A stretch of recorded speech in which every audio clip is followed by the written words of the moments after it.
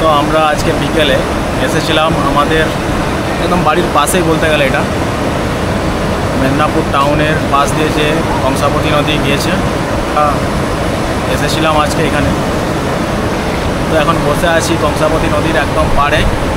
তো চলো তোমাদেরকে দেখাই যে বর্ষাকালে কংসাবতী নদী কতটা জলে পরিপূর্ণ রয়েছে। তো সেইটা দেখার জন্য আমরা এসেছিলাম, তোমাদেরকেও দেখাবো। তো চলো দেখতে থাকো যে কংসাবতী নদী। এখানে এসে খুবই ভালো লাগছে, কারণ আবহাওয়াটা খুবই সুন্দর আর মেঘলা আকাশ, সঙ্গে আমরা ছাতা নিয়ে এসেছি। এই এখানে ছাতা আছে, কারণ যখন যে কোনো সময় বৃষ্টি আসতে পারে, সেই কারণে ছাতাটা নিয়ে এসেছি। বসে আছি একদম নদীর ঠিক পাড়ে। তো চলো তোমাদেরকে দেখাই যে কেমন এখানের যে ভিউটা। তো উপভোগ করো যে কংসাবতী নদীর পাড়ে বসে তার ভিউটা কেমন হয়।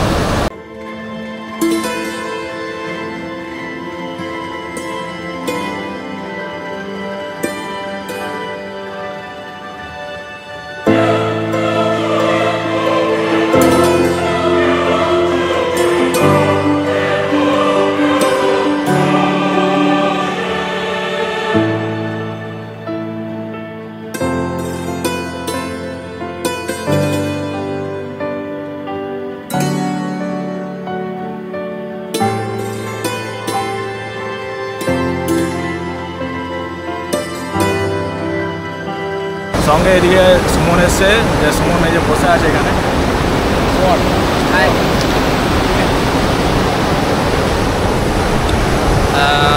বেসিক্যালি আজকে মানে ব্লগের কোনো মানে ইন্টেনশন ছিল না।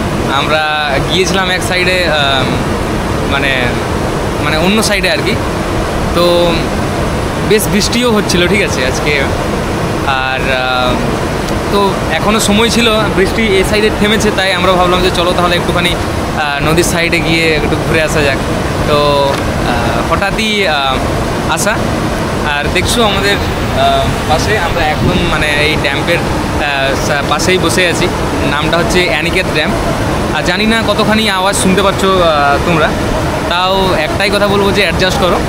তো মানে কংসাবতী নদীর পাড়ে বসে থাকার মানে যে অনুভূতিটা, মানে তোমরা না আসলে বুঝতে পারবে না। একটা মানে আলাদা অনুভূতি হচ্ছে এখানে বসে।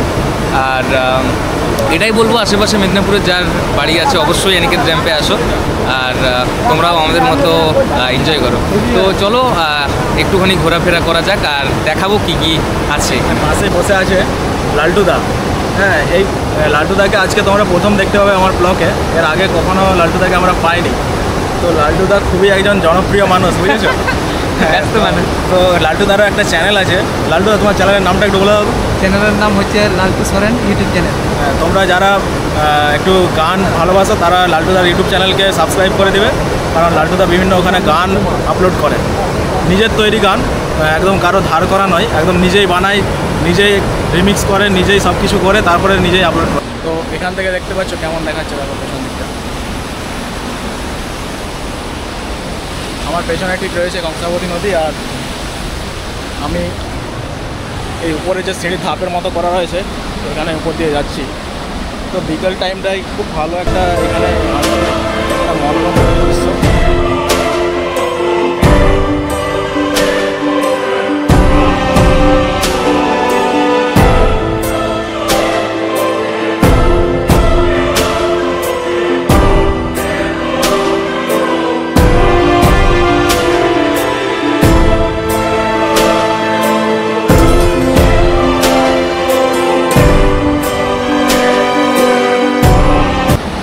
এখানে যে জলের আওয়াজ, জানি না কতখানি কথা আমার ক্লিয়ার শোনা যাচ্ছে।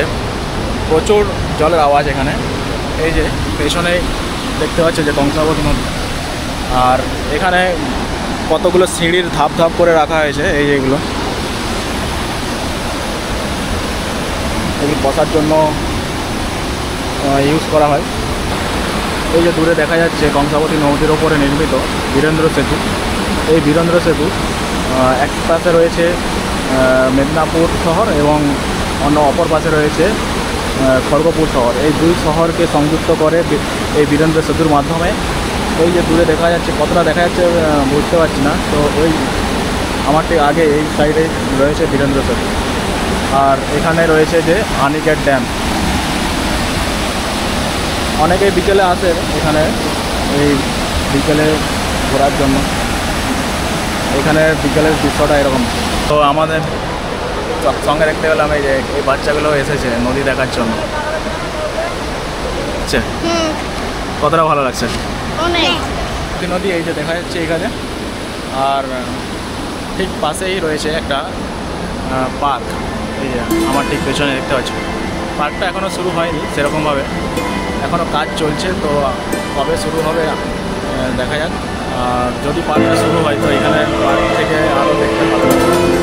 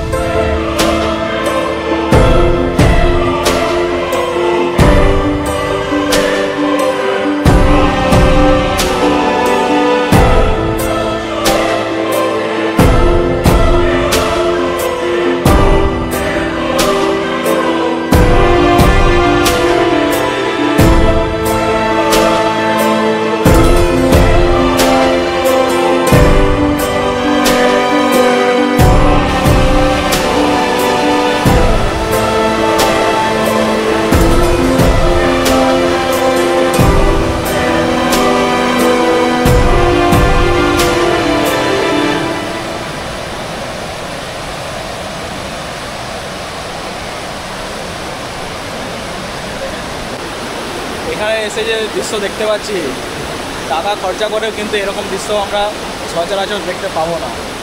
যে এত সুন্দর যে দৃশ্য, টাকা খরচা করার পরেও যে এরকম এত সুন্দর দৃশ্য দেখতে পাওয়া যায়, আমার মনে হয় না যে দেখতে পাওয়া যাবে।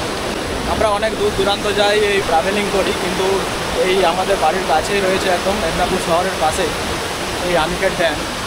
তো আসলে খুবই ভালো লাগবে। আর আমি এসেছি, আমাকেও এসে খুবই ভালো লাগছে। এই যে আনিকেট ড্যামের দৃশ্য বর্ষাকালে অপরূপ দৃশ্য হয়েছে এখন। আমরা এই নদীর যে উপর যে বাঁধ রয়েছে এখান থেকে নিচে নেমেছিলাম, এই রাস্তাটা